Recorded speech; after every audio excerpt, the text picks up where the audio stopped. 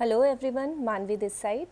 आज we are going to discuss about the syllabus of class 12th। ठीक है, आपका जो पैटर्न होगा इस बार it is annual based pattern, मतलब ईयर एंड में you have to attend the exam from the whole syllabus as expected, क्योंकि लास्ट ईयर ही सिर्फ ऐसा हुआ था because of the COVID situation कि आपका syllabus was divided into 2 parts 50-50% में, और टर्म 1 टर्म 2 का उसे नाम दे दिया गया था, और 50% से बच्चों ने लास्ट में अपना क्वेश्चन पेपर अटेम्प्ट किया था।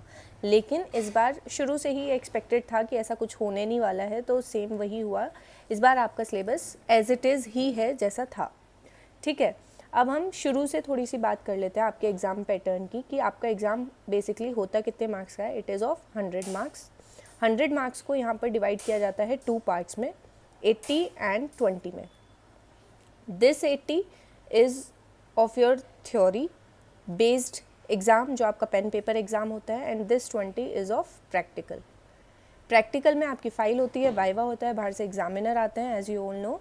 ये 20 मार्क्स उन पर डिपेंड करते हैं, आपके इंटरनल एग्ज़ाम्स पर मतलब इंटरनल एग्जामिनर और एक्सटर्नल एग्जामिनर दोनों पर डिपेंड करते हैं, प्लस स्कूल पर डिपेंड करते हैं। और ये जो 80 मार्क्स होते हैं ये पूरे पूरे आपके हाथ में होते हैं।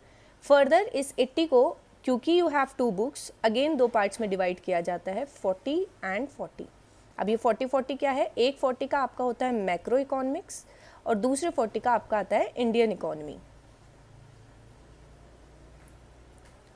ठीक है, तो ये मैक्रो इकोनॉमिक्स में जो सिलेबस था आपका और जो है वो एज इट इज़ है, इसमें कोई ज़्यादा वास्ट चेंजेस नहीं है। सिर्फ एक छोटा सा चैप्टर है बीओपी वाला, जिसमें कुछ टर्म्स आपके डिडक्ट हुए हैं, तो वो जब हम चैप्टर करेंगे तभी मैं आपको बता दूंगी, क्योंकि ऐसे सच इसमें बहुत ज़्यादा डिफरेंस नहीं है इसके सिलेबस में, ये आपको पूरा ही पढ़ना है।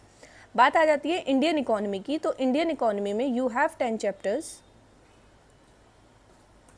बट इन 10 चैप्टर्स में से this year you have to study only and only 8 chapters.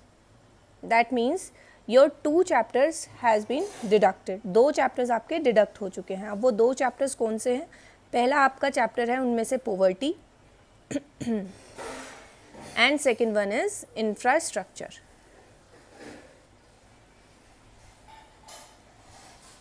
These 2 chapters जो कि कम्प्लीटली डिलीट हो चुके हैं आपके सिलेबस से, आपको ये दोनों ही चैप्टर्स नहीं पढ़ने हैं। इसके अलावा आपको जो बाकी के 8 चैप्टर्स हैं वो पूरे पढ़ने हैं और उन्हें लर्न भी करना है।